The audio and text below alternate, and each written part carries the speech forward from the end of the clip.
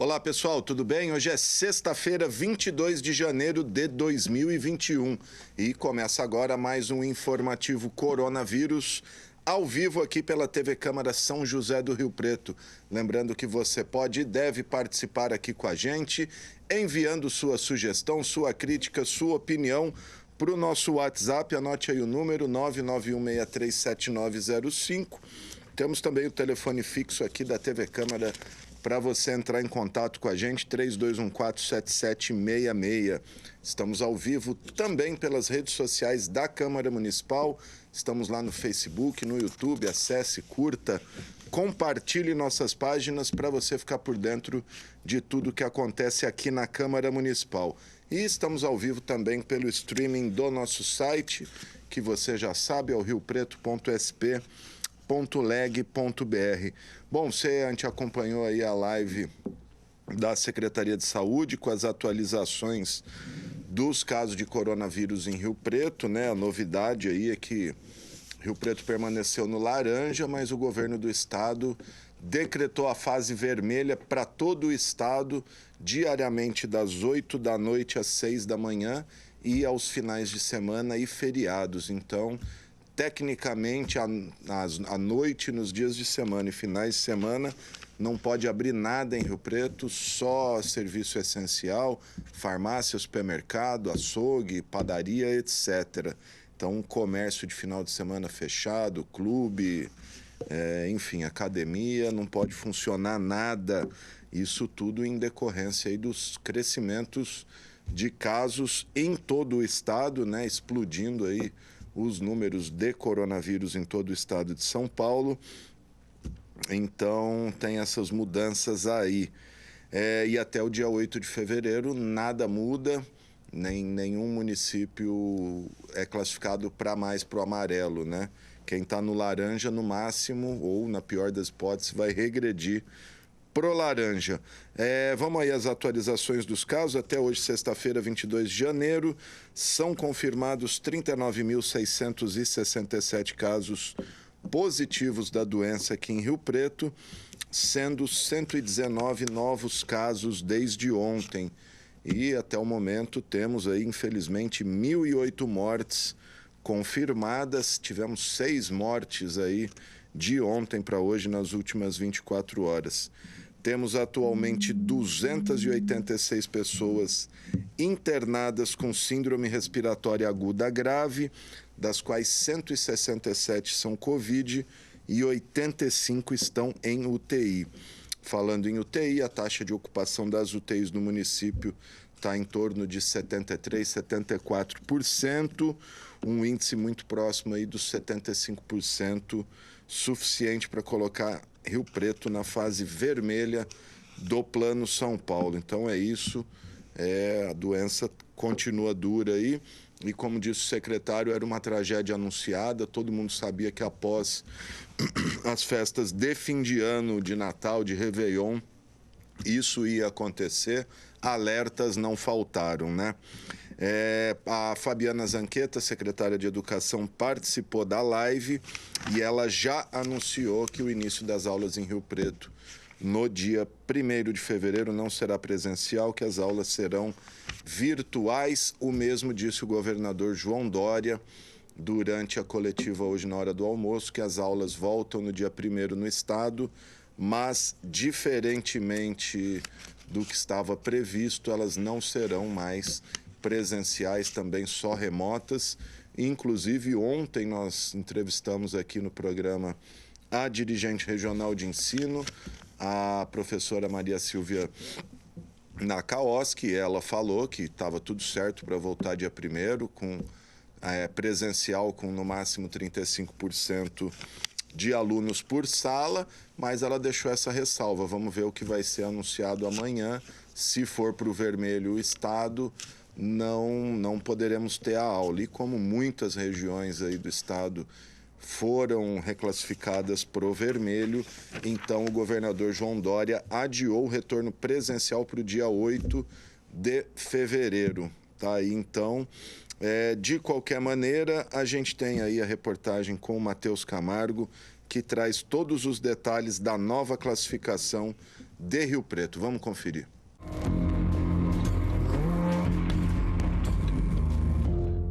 A partir de segunda-feira, dia 25 de janeiro, novas diretrizes do governo de São Paulo colocam todas as cidades paulistas na fase vermelha todos os dias da semana, a partir das 8 horas da noite.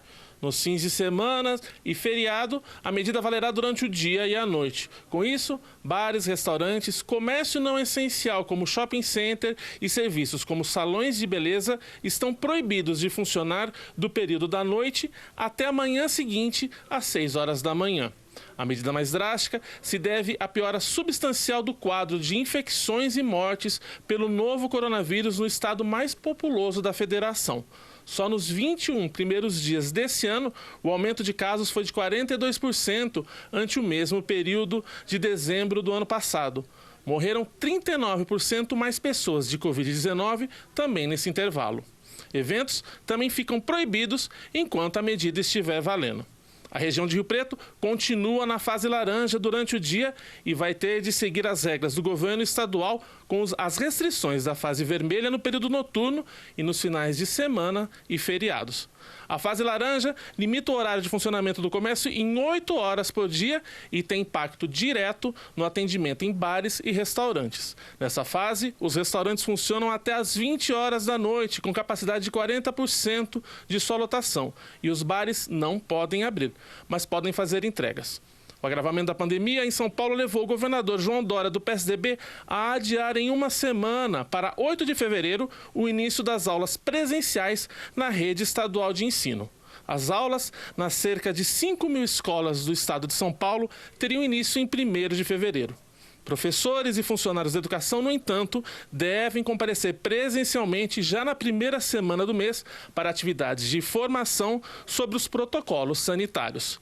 Dória decidiu também que o Estado não vai obrigar os alunos a irem para a escola durante as fases mais restritivas da pandemia, como a laranja e a vermelha. Matheus Camargo, para a TV Câmara, o canal do Legislativo.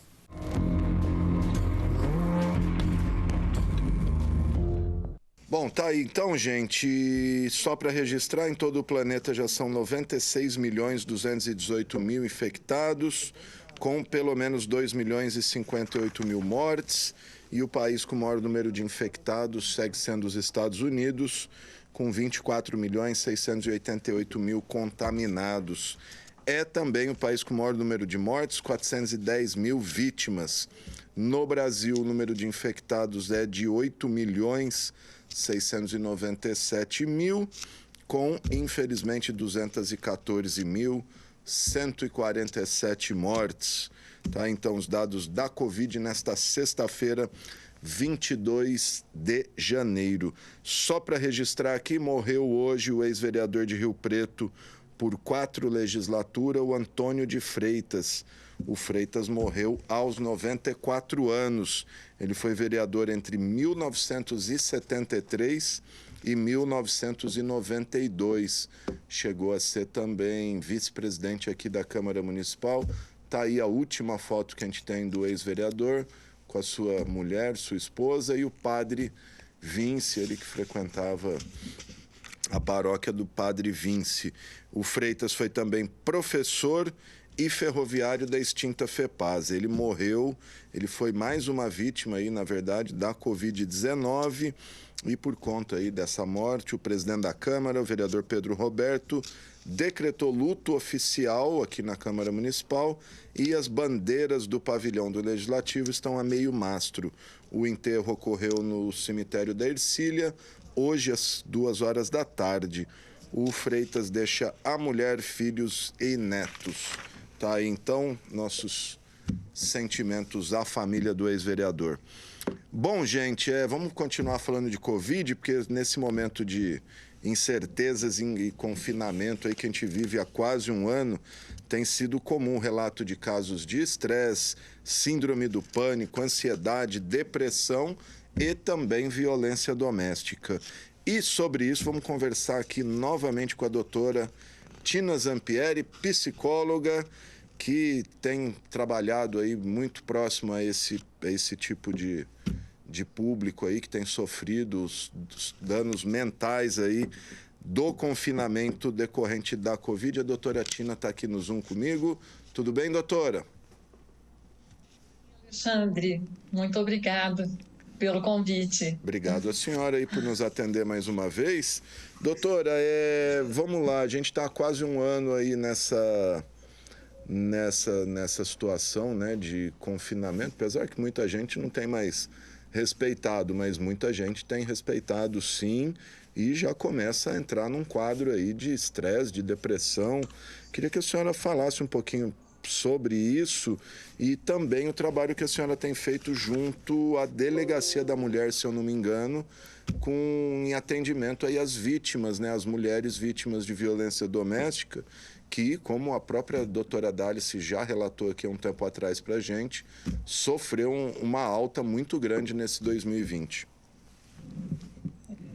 Alexandre, infelizmente, a situação do estresse continuado que todos nós nos encontramos, por esse tempo tão prolongado, ele tende efetivamente a acentuar alguns quadros, e a gente tem observado isso em relação à violência doméstica, em relação ao agravamento de muitos quadros dentro da psicologia que merecem uma atenção especial, as pessoas que também têm uma tendência aí à depressão e a controle de impulsos, numa situação como essa de confinamento e de uma proximidade forçada.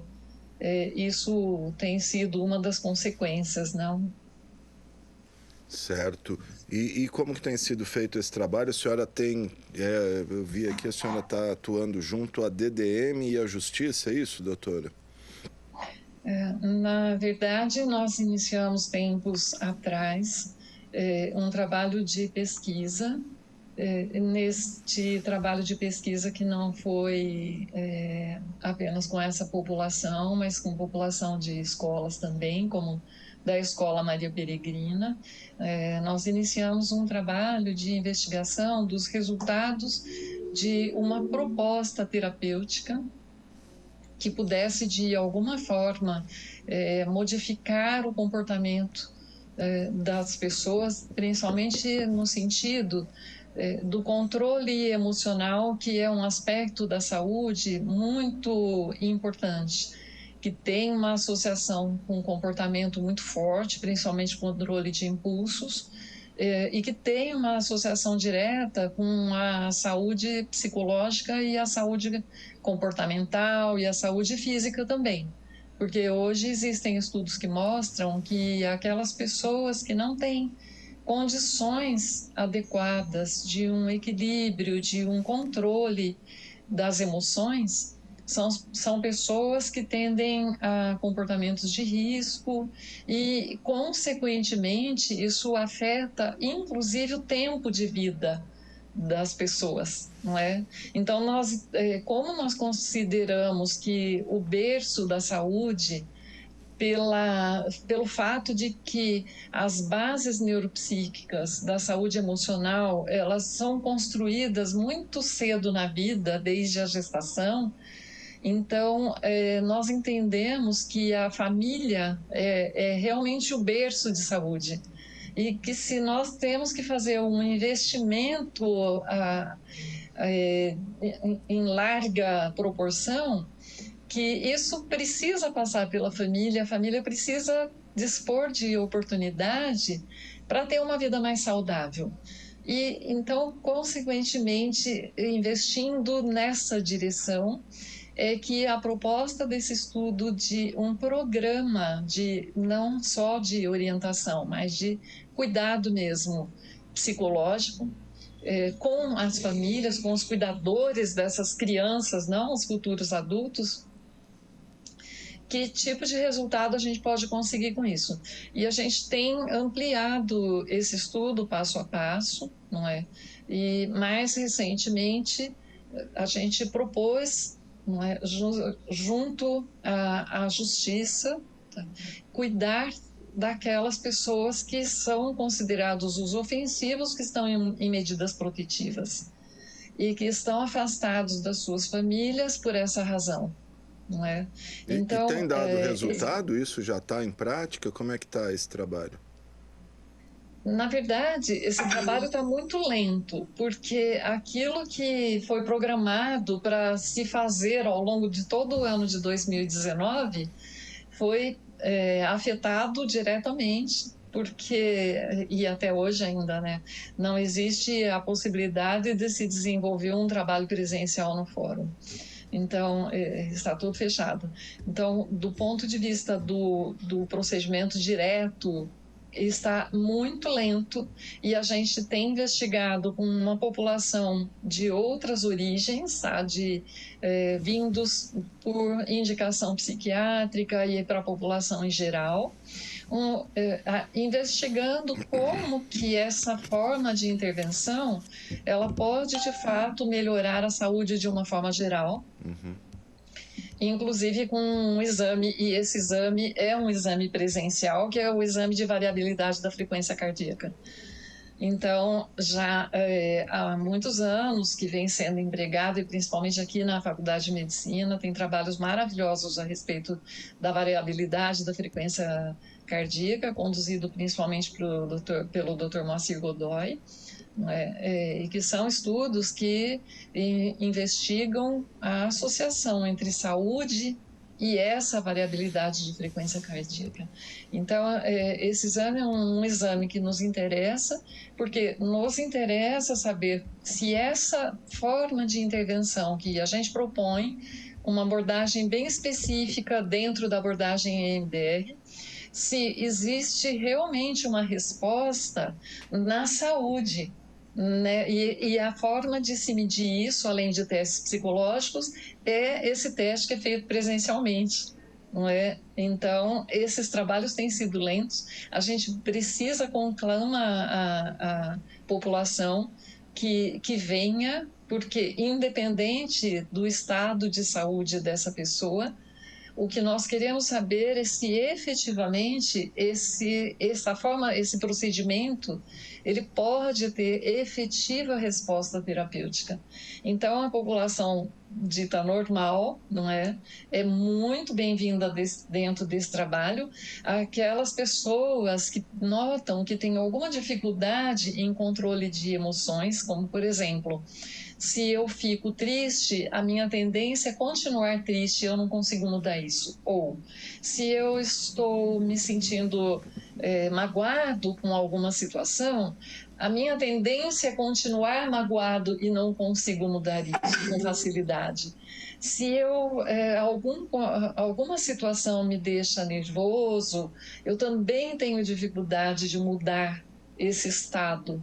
Então, tanto as pessoas que não têm esse tipo de comportamento e de sensação, como aquelas pessoas que têm, nos interessam como público para dar continuidade a essa investigação, porque é um trabalho comparativo, e aí nós precisamos de pessoas que aceitem, não é, passar por esta metodologia para que a gente possa de verdade saber se isso tem efetividade. Muito bom. Doutora, só mudando um pouquinho assim o tema, o foco, mas no tema Covid ainda, a gente viveu um período aí de certa normalidade nas últimas semanas, nos últimos meses, e aí agora, hoje, de repente, bum, fase vermelha, confinamento de novo, final de semana, aulas estavam previstas para voltar dia 1º de fevereiro, já não volta mais. De que maneira isso impacta nas pessoas, nas crianças? Como que isso é recebido pelas pessoas? Isso impacta diretamente o estado das pessoas, a condição de continuar lidando com isso, que as pessoas estão, de uma forma geral, muito cansadas já, não é? A gente nota esse cansaço na gente e nos outros, persistente, porque já de tão longa data, esse estresse continuado, ele tende realmente a nos abater. E então isso afeta toda a faixa etária, não é? Os pais com seus filhos em casa, e afeta o relacionamento das pessoas, e afeta a disposição das pessoas, e as pessoas começam a apresentar, Alexandre, um comportamento reativo que se contrapõe àquilo que é solicitado. Então, por exemplo, as pessoas começam a apresentar um comportamento de não aceitar o confinamento e começam a se expor de uma forma indevida, não é? Contrariando as orientações, e não é por maldade, é por este comportamento reativo de já não suportar por quanto tempo nós estamos dentro dessa situação tão estressante e incerta. Porque quando a gente vive uma situação estressante, mas ela é aguda, a gente sabe que tem luz no fim do túnel que vai passar e a vida volta ao normal.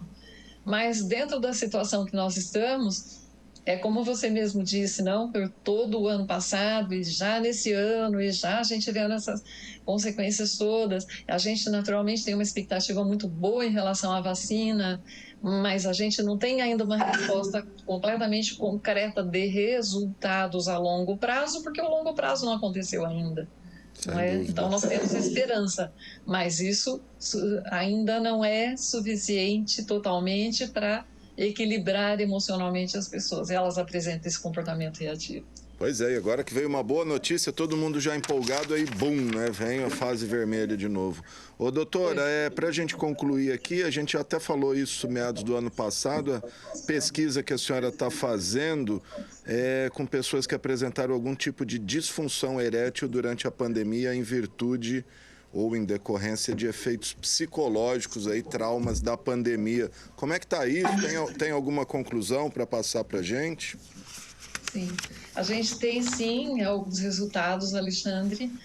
Nós estamos em fase de conclusão desse levantamento de dados, não é? Mas do que nós já pudemos observar nessas respostas, que na verdade é um estudo comparativo de como as pessoas se encontravam antes da pandemia, como elas se encontravam no início, nessa fase de grandes mudanças, não lá no início, e já depois, mais adiante, nessa continuação aí prolongada da pandemia, como as pessoas se encontram. E notamos resultados, sim, bem interessantes de mudança de comportamento em relação ao comportamento sexual dos casais e das pessoas de uma maneira geral, em relação ao aumento de disfunção sexual ao longo desse período, e também uma mudança de comportamento em relação à busca de parceiros, de parceiras, e em relação à masturbação, também resultados bem interessantes de modificação do comportamento associado com esse tempo tão prolongado que nós estamos da pandemia. As pessoas têm feito mais ou menos sexo na pandemia, doutora? É bem interessante, porque elas tiveram uma caída bem sensível no início da pandemia, depois uma tendência ao retorno disso, mas em relação à masturbação, um aumento bem significativo em relação a como isso acontecia antes da pandemia. Então, isso também demonstra para a gente que existe sim um medo da busca de parceiro, talvez isso esteja associado, não, com essa mudança de comportamento. Muito bom. Tá certo, gente. Tá aí a doutora Tina Zampieri, psicóloga, falando com a gente aí sobre aspectos emocionais, psicológicos decorrentes da pandemia. Quer falar mais alguma coisa, doutora? Fica à vontade. Sim. Aí para a gente concluir. Tá. Eu quero acentuar muito fortemente esse convite da população que nos procure para participar como sujeitos dos nossos estudos, porque a gente só consegue, de fato, ter respostas claras a respeito da efetividade de determinados tratamentos se a gente investigar, se a gente pesquisar. E não é possível a gente fazer uma pesquisa dessa natureza sem que as pessoas aceitem participar como voluntários desse trabalho. Então, desse trabalho bem específico da efetividade desse estilo de tratamento com a EMDR para a mudança, principalmente no equilíbrio de emoções, todo tipo de pessoa é bem-vinda. Por favor, se você aceitar, receber gratuitamente 3 sessões de terapia. Por favor, entre em contato conosco. E um outro estudo que também está em andamento, e eu tenho o papel de co-orientadora desse trabalho, é um trabalho com aquelas pessoas que têm dificuldades com o sono, não é, que tem apneia e que têm a indicação e já experimentaram usar aparelhos indicados pelos médicos, não é? Principalmente aquele CPAP, e que tem dificuldade de usar o aparelho para melhorar o sono, melhorar a respiração ao longo do sono, não é? E consequentemente, melhorar o sono, que melhora por si só a saúde de uma maneira geral. Então, pessoas nessas condições, por favor, também entrem em contato conosco para participar de um trabalho de pesquisa feito junto com a Universidade de Brasília. Esse aparelhinho de ronco funciona? A pessoa para de roncar? Esse aparelhinho, sim, ele abre os canais e a pessoa, consequentemente, respira melhor. Isso melhora a saúde de um modo geral. O problema é que as pessoas têm dificuldade na aceitação do uso desse aparelho. Não é que algumas pessoas têm a impressão que sufoca, que têm a impressão e têm dificuldade de experimentar, fazer o uso adequado do aparelho. E o trabalho justamente investiga como que essa abordagem proposta, se ela pode ajudar essas pessoas a melhorar a aderência ao uso do aparelho e, consequentemente, melhorar a sua saúde, enfim, que repercussões isso pode ter na saúde de um modo geral da pessoa. Portanto, as pessoas que estão nessa situação, também, por favor, agradecemos muito se entrar em contato conosco. Tá certo. Já que falou do ronco, aí eu vi vi propaganda aí na internet, rede social, que trava a boca assim, a pessoa não respira pela boca e não ronca. Isso é recomendável? Eu não sou especialista nessa área específica para responder essa sua pergunta, não, mas está aí uma pergunta muito interessante. Sim. E o fato é que muitos estudos têm sido feitos em relação ao ronco que está associado à apneia, né? E que, sem dúvida nenhuma, repercute muito mal na saúde quando a gente não respira bem, não dorme bem. Isso compromete a longo prazo a saúde cerebral, não? E a repercussão disso é na saúde de uma forma geral. Doutora Tina Zampieri, muito obrigado. Doutora Tina, quem quiser entrar em contato, a clínica dela é Ciclo de Mutação, acho que só procurar aí no Google acha fácil. O telefone que ela passou aqui, 98125-0435, é isso, doutora? Isso mesmo. Tá, agradeço joia. Muitíssimo que as pessoas entrem em contato conosco, nos ajudem a investigar para a gente ter resultados mais claros do que pode funcionar e o que pode não funcionar adequadamente para melhorar a nossa saúde. Tá certo. Obrigado, viu, doutora Tina Zampieri? Muito obrigado mais uma vez aí pela sua participação. Olha só, enquanto aqui falava com a doutora Tina, eu recebi 2 notas do prefeito Edinho Araújo. Uma delas diz respeito a classificação de Rio Preto aí na fase, ou de Rio Preto, de todo o estado, na fase vermelha durante as madrugadas e noites e aos finais de semana e também aos feriados. O prefeito diz que as medidas anunciadas pelo Centro de Contingência do Estado, que entram em vigor a partir de segunda-feira, são duras, mas necessárias, com aumento substancial de internações e de pacientes em UTIs. A saúde deve ser prioridade, mesmo sabendo dos reflexos negativos para a economia. A vacina chegou, mas ainda é insuficiente para atender toda a população, que vai demorar para acontecer. Sendo assim, devemos redobrar cuidados, usar máscara, álcool em gel, lavar sempre as mãos e, se possível, ficar em casa.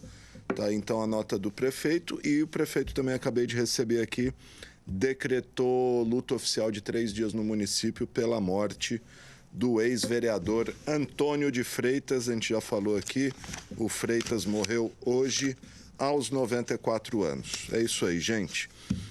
Falando em vacina, a prefeitura iniciou ontem a vacinação dos trabalhadores da saúde que atuam na linha de frente do município. Ontem foram vacinadas 1.505 pessoas e hoje mais 1.500 pessoas, completando aí 3.000 trabalhadores da rede de saúde, de um total de 7.800 doses de vacina que Rio Preto recebeu. E a partir de agora, a secretaria, por meio aí do comitê, vai elegendo as prioridades, né, os setores mais prioritários, além dos trabalhadores que atuam na linha de frente da saúde. Devem ser vacinados aí nos próximos dias idosos que estão em instituições de longa permanência, e a partir daí a prefeitura vai avaliando quem tem direito a essa primeira dose aí da vacina. Vamos conferir como é que foi esse primeiro dia de vacinação do município, né? Porque na quarta-feira a gente já teve o início da vacinação dos trabalhadores do hospital de base. E ontem foi a do município. Vamos conferir como é que foi.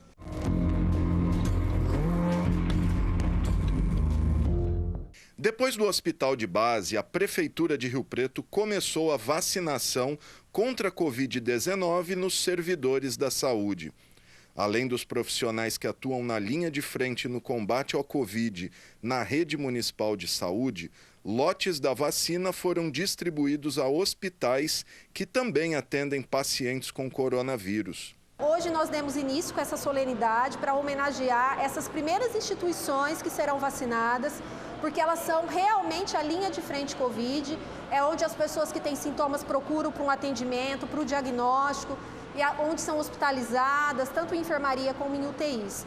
Para esses primeiros 2 dias, com essas 7.800 doses disponíveis, nós priorizamos as unidades respiratórias, tanto os hospitais como as nossas unidades de internação e também as emergências. Além das 7.000 doses recebidas pelo hospital de base, suficiente para imunizar 3.500 profissionais, a Prefeitura recebeu 7.800 doses da vacina, que serão distribuídas de acordo com os alvos prioritários do Ministério da Saúde. Na próxima semana, seguindo esse critério de priorização, que é de quem está na linha de frente Covid, nós vamos mapear outros estabelecimentos como laboratórios, equipes de transporte que levam esses pacientes para fazer exame de um hospital para o outro, e também os idosos institucionalizados, que foram colocados como prioritários pelo risco de complicações e pela questão do coletivo. Esses idosos vivem em instituições com 20, 30 idosos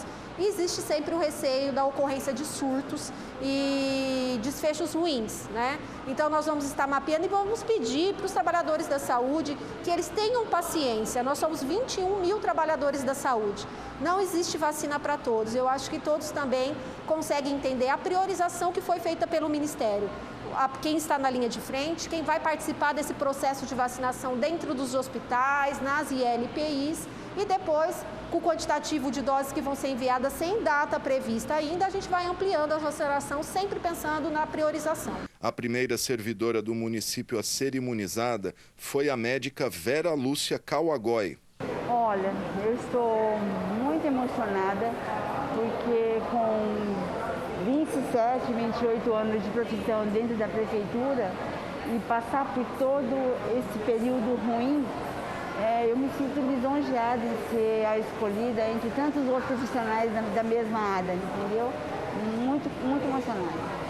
Doutor, eu queria que a senhora deixasse um recado também às pessoas que ainda têm algum receio ou preconceito ou medo da vacina. Olha, eu estava fazendo um comentário a respeito disso esses dias, que em outras épocas nós tivemos campanhas de vacina, como a da H1N1, ninguém questionou, ninguém questionava nada a respeito da origem da vacina, como ela tinha sido feita, da onde que vinha.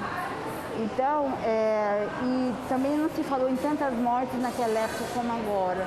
Eu acho assim, tem que tomar a vacina que vier para nós, entendeu? Respeitando, logicamente, a origem de cada uma, vacinando a primeira e a segunda dose, mas não tem como questionar. A gente tem visto muitas pessoas morrendo, muitas pessoas adoecendo, sequelas ficando, né, em função disso tudo. Essa situação econômica que o país vive no momento, eu acho assim, não tem como discutir. A gente tem que vacinar. E, logicamente, depois que terminar o período dessa vacina, quando vier para cada um, que pudesse vir para todos, que nós continuemos com os hábitos do uso das máscaras, né? A higienização, a lavagem das mãos, como a gente tem pedido desde o início. A médica não escondeu a emoção de ter recebido a primeira dose da vacina. Só agradecer, é um momento tão assim, Dá um alívio, né? Dá um alívio. Eu não sei, acho que eu sou muito voltada para Deus. E graças a Deus eu fiquei bem de saúde até os dias de hoje. Inicialmente, as meninas queriam que eu me afastasse por causa de fator idade, por ter comorbidade e tudo mais. Mas graças a Deus eles não conseguiram colocar alguém no meu lugar. E a senhora atua na linha de frente com a Eu estou na linha de frente desde o dia 23 de março. Na UTI? Não, na periferia, no respiratório. A minha unidade é o Solo Sagrado. Eu já trabalho lá, já vai fazer esses 27 anos. E a gente atende todas as pessoas sintomáticas inicialmente, né? Que vai desde o mais suave até o mais insuficiência respiratória, a ponto de fazer um encaminhamento. Apesar de as doses iniciais já terem chegado, não existe agora previsão de quando a vacina chegará para toda a população.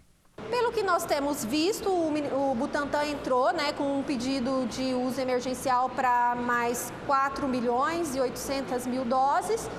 Assim que a Anvisa liberar, provavelmente essas doses serão entregues ao Ministério da Saúde, que fará a orientação de como elas deverão ser usadas. A distribuição é proporcional à população de cada município. Então, o que nós temos de expectativa mais próxima são essas vacinas. E os 2 milhões, né, que a Fiocruz está tentando importar lá da Índia.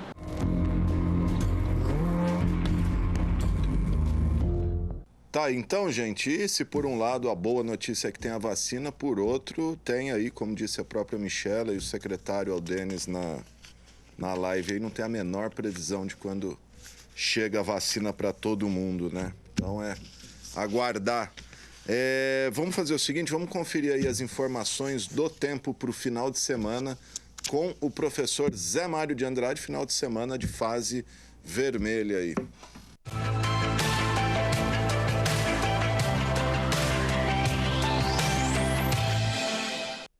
Bom dia, boa tarde, boa noite e um excelente ar para todos nós. Sexta-feira, 22 de janeiro, em São José do Rio Preto. Às 11 horas da manhã, no Aeroporto Estadual Professor Heriberto Manuel Reino, temperatura de 29 graus. Umidade relativa do ar em 37% e ventos do quadrante este com velocidade de 17 km por hora. Qualidade do ar moderada, com poucas irritações ao sistema respiratório humano. Os modelos meteorológicos indicam para a tarde a temperatura máxima de 34 graus, com muito calor na nossa cidade. Nas últimas 24 horas, não houve chuvas. Não há previsão de chuvas para o dia de hoje. Na maior parte do tempo, o ar permanecerá seco, com a umidade mínima abaixo do ideal de 60%, recomendado pela Organização Mundial da Saúde. Para o sábado e para o domingo, a meteorologia prevê a temperatura máxima de 34 graus, com muito calor na nossa cidade. Não há expectativas de chuvas. Na maior parte do tempo, o ar permanecerá seco, com a umidade mínima abaixo do ideal de 60%, recomendado pela Organização Mundial da Saúde. A qualidade do ar também deverá permanecer no nível moderado, com poucas irritações ao sistema respiratório humano. O sol deverá nascer por volta das 5 horas e 54 minutos e deverá se pôr por volta das 19 horas e 3 minutos, perfazendo um período de mais de 13 horas de intensa insolação no noroeste paulista. A radiação ultravioleta poderá atingir valores extremos, prejudiciais à saúde das pessoas. As autoridades sanitárias recomendam evitar a exposição prolongada ao sol, evitar a realização de esforços físicos pesados ao ar livre e, principalmente, evitar as aglomerações, pois estamos na pandemia da Covid-19, doença que no Brasil já matou mais de 213 mil pessoas e que diariamente leva a óbito cerca de mais outras 1.000 pessoas. Prevenir é melhor que remediar.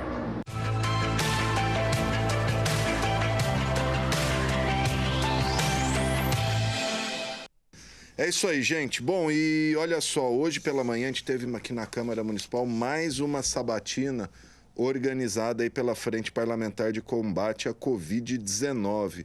Dessa vez, os vereadores ouviram o secretário de Trânsito e Transportes, o Amaury Hernandes, sobre problemas no transporte coletivo, como superlotação dos ônibus e risco de contaminação de passageiros e funcionários. Vamos conferir os detalhes aí na reportagem.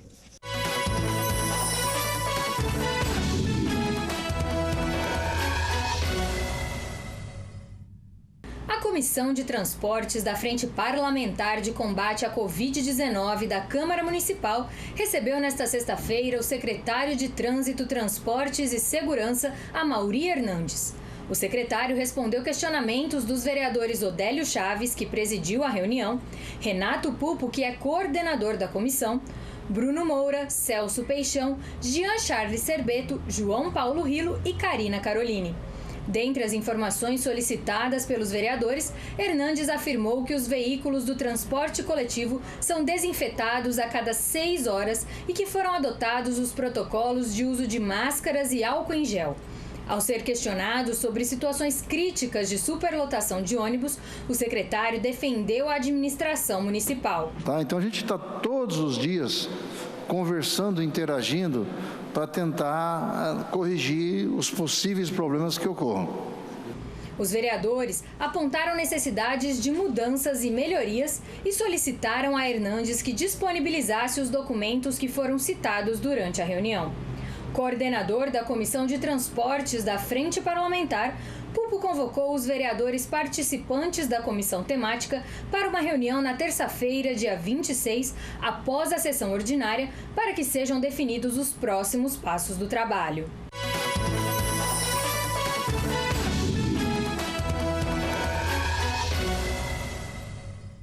Tá certo, gente. E aí agora aguardar os próximos capítulos aí dos trabalhos da Frente Parlamentar contra a Covid.